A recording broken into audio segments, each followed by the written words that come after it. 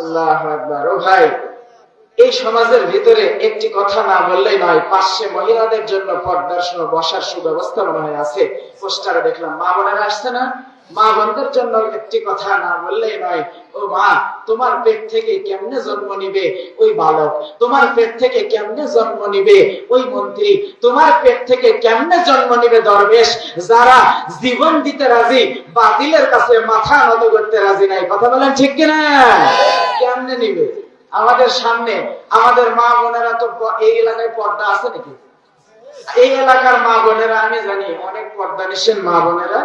আমার নওগাঁর কথা বলতেছি, আমার নওগাঁতে পর্দার সংখ্যা অনেক বেশি। হ্যাঁ, কিন্তু সেই পর্দা হলো দরজার পর্দা আর টেলিভিশনের পর্দা। মাঝে মধ্যে দুই চারটা আলমারির পর্দা দেখা যায়, কিন্তু মুখের মধ্যে কোনো পর্দা দেখা। এই ধনকমোর বাজারে ঢোকার পরে দেখলাম একটা মিষ্টির দোকান আছে। এই মিষ্টির দোকানের মধ্যে আমি দেখলাম যে এই মিষ্টির দোকানগুলো চতুর্দিকে গ্লাস দিয়ে ঘেরাও করা আছে, এক সাইডে খুলে রাখছে। এর ভিতরে মাছি যাচ্ছে, এর ভিতরে মশাও যাচ্ছে। কি কথা ঠিক কিনা?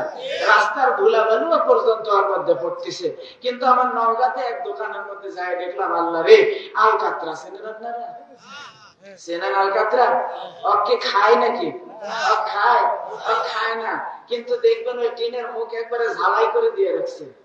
আমার সমাজের মধ্যে যেগুলা রাস্তার মধ্যে মুখ খুলে ঘুরলেও কেউ ফিরাও তাকাবে না, ওইগুলা ওই রকম ঝালাই লাগাইছে। আর যেগুলা ওই রসগোল্লা মিষ্টির মতন টস টস করবে, ওইগুলা সব বাইর করে দিয়া ঘুরে বেড়ায়। ঠিক কিনা? এই সামনে আসতেছে পয়লা বৈশাখ, বারে এই সামনে আসতেছে পয়লা বৈশাখ। কত ভাবে কি হবে আল্লাহ জানে ভালো। একটা গল্প মনে পড়ে গেল, অনুমতি দিলে বলবো? বলবো। একজনে কয়েকজন বন্ধু মিলে এক জায়গায় বসে আড্ডা দিচ্ছে একটা ব্রিজের উপরে। এই আড্ডা দিতে দিতে পাশ দিয়ে দেখে যে বোরখা হিজাব পরে মুখ সবকিছু ঢেকে খুব সুন্দর ভাবে রাবেয়ায় বসিয়ায় বাঙালিয়া সব হয়ে হাঁটে যাচ্ছে। এরা চিন্তা করলো, বাড়ি এইরকম মেয়ে এই সমাজের মধ্যে পাওয়া তো বড়ই কঠিন। ওর মধ্যে একজন বাজারের থেকে একটা ফুল নিছে, ফুল নিয়ে যায় করছে, ওগো জানো আজকে হলো নববর্ষ, new year, I love you. আছে না? I love you. ও মেয়ে কিছু গান, মুখ আরেক দিক ঘুরে চলে যায়। ও তিন বন্ধুর মধ্যে আরেকজন এসে কয় যে, আজকাল ফুলের যোগ আছে নাকি? তুই বাদ দে, তুই সর। বাজারের মধ্যে যায়, ওখান থেকে 1 কেজি আপেল কিনছে, কিনে নিয়ে যায়, বলতেছে এটা ফল, ভিটামিন, এটা নিয়ে যাওয়া লাগবে। এটা নিয়ে যায়, কয় ওগো আজকাল তো নববর্ষ, আই লাভ ইউ, বাড়িতে নিয়ে যায় খাইও। ও কোনো কথা কয় না, ও 5 কেটে হেঁটে চলে যায়।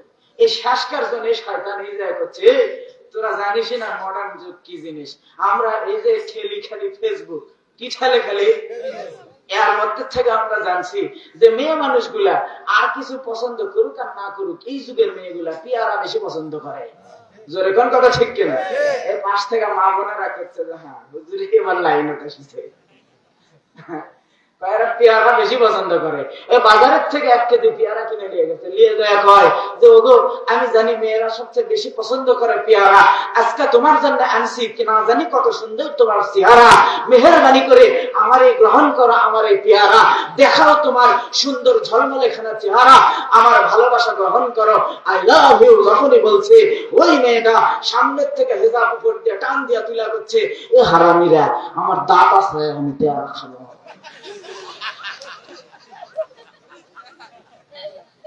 আছে না নাই? আছে না নাই? আছে না নাই? আমার মায়েরা এইভাবে যদি চলাফেরা করে, এই পাঠ থেকে ডিপ জল জন্ম নিবে রে, ডিপ জল, ডিপ জল।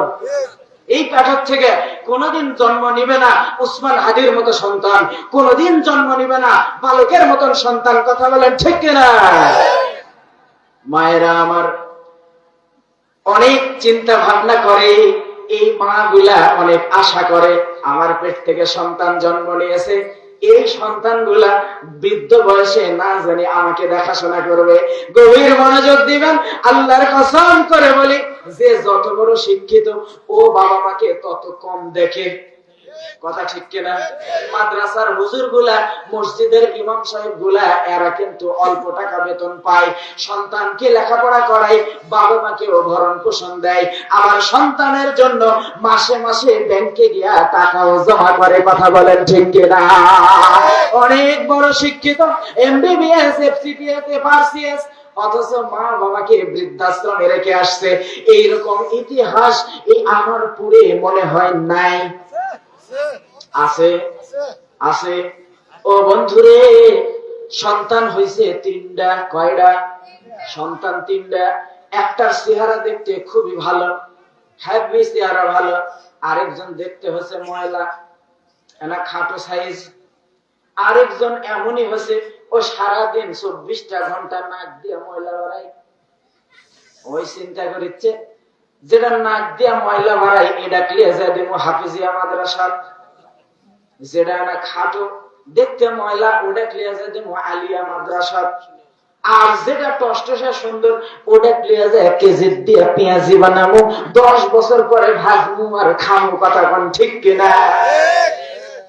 এই চিন্তা ভাবনা। অথচ দেখেন এই চিন্তা যারা করে এরাই সবচাইতে বেশি বৃদ্ধাশ্রমে আশ্রয় নেয়। কথা বলেন ঠিক কিনা? আপনার সন্তানের ভিতরে যদি মাদ্রাসার শিক্ষা থাকে, আপনার সন্তানের ভিতরে যদি কোরআনের শিক্ষা থাকে, আপনার সন্তান ওসি হবে, ডিসি হবে, এসপি হবে, এনএসআই হবে, সবকিছু হবে, কোনো সমস্যা নাই। কিন্তু আপনার সন্তানের ভিতরে কোরআনের জ্ঞান যদি সর্বপ্রথম ভিতরে থাকে, আল্লাহর কসম ওই সন্তান কখনো শেষ বয়সে সুন্দরী বউয়ের কথা শুনে আপনাকে বৃদ্ধাশ্রমে রেখে আসবেন না। সবাই কথা বললো না, বারে জোরে কন্যা ঠিক কিনা? ভাইরা আমার, লম্বা আমি করবো না। এটা হলো কবরস্থান। পাশে আছে নাকি? কোন পাশে কবরস্থান? পাশে আছে। এই কবরের মধ্যে শায়িত হয়ে যাওয়া লাগবে। আপনার একটা সন্তান মাদ্রাসায় পড়ালেন, আপনার একটা সন্তানের সিনার ভিতরে কোরআন ঢুকিয়ে দিলেন, ওই সন্তানটা দুনিয়ার জমিনে আপনার জন্য, শুধুমাত্র দুনিয়ার জমিনে নয়, দুনিয়ার জমিনে তো কল্যাণ আনবেই তো আনবে, এবং আপনি মারা যাওয়ার পরে কিছু করুক আর না করুক আপনার জন্য অন্তত দোয়া করবে। কথা বলেন ঠিক কিনা? বিশ্বনবী সাল্লাল্লাহু আলাইহি ওয়াসাল্লাম বললেন, ও দুনিয়ার উম্মতেরা শুনে নাও, শুনে নাও, শুনে নাও, তোমার বাবা মার জন্য যদি 2টা হাত তুলে যদি দোয়া করো, চোখের কোনা দিয়া মাছের মাথা পরিমাণ পানি বের হওয়ার আগে আমি ওই পিতামাতার কবরের আযাব মাফ করে দিয়া জান্নাতের বাগান বানায়া দিব। জোরে বলেন সুবহানাল্লাহ। সেই বাবা মার জন্য আমরা দোয়া করতে রাজি আছি? রাজি আছি। আমাদের সন্তান যাদের হয়েছে বা হয় নাই, যাদের হবে, ছোট আছে, আমরা প্রত্যেকেই নিয়ত করতে পারি